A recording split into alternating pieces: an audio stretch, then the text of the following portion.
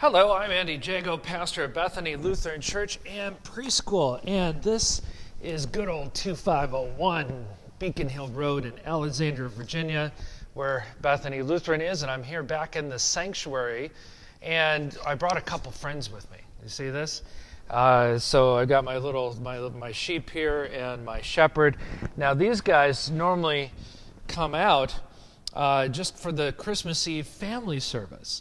And what our Christmas tradition is before the candlelight service, a lot of families, mostly families with small kids, but anyone is invited to have a family devotion with us. So we bring out the larger sized figures for our nativity scene, and as they come out, then there'll be a reading, and I say a little devotion, and then I'll ask the family here to pick out a Christmas carol to sing from our little Christmas carol book. And it's a nice, lovely tradition that we have.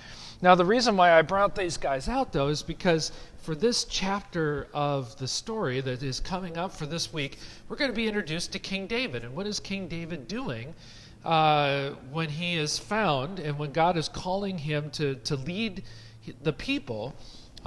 David is found among the sheep on the plains of Bethlehem. Now, does that sound familiar?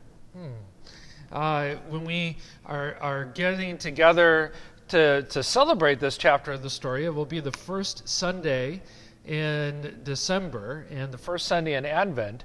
And there'll be an Advent wreath up here as we count down the Sundays to Christmas time. And when we get to Christmas, of course, who receives the message of God's King coming down to earth to set things right and to gather his people to himself. The first people to receive that news are the shepherds out watching their flocks by night in Bethlehem. Well, who knows? Maybe the same area where David was watching his flocks.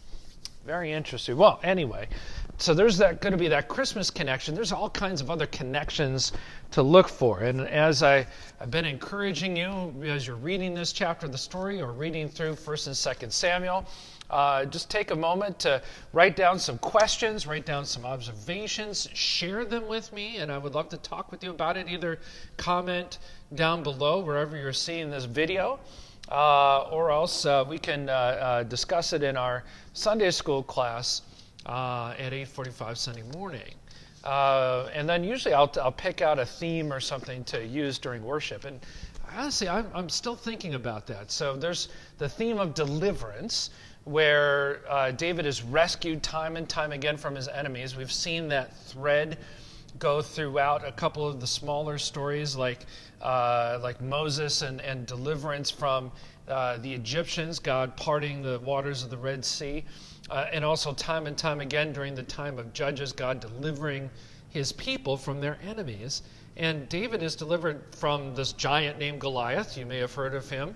And also the time and time again, not only other enemies, but internally, Saul still wants to be king. So David is going to run for his life away from Saul until that situation gets resolved. So there's those things to look out for. Well, this idea of a kingdom as well.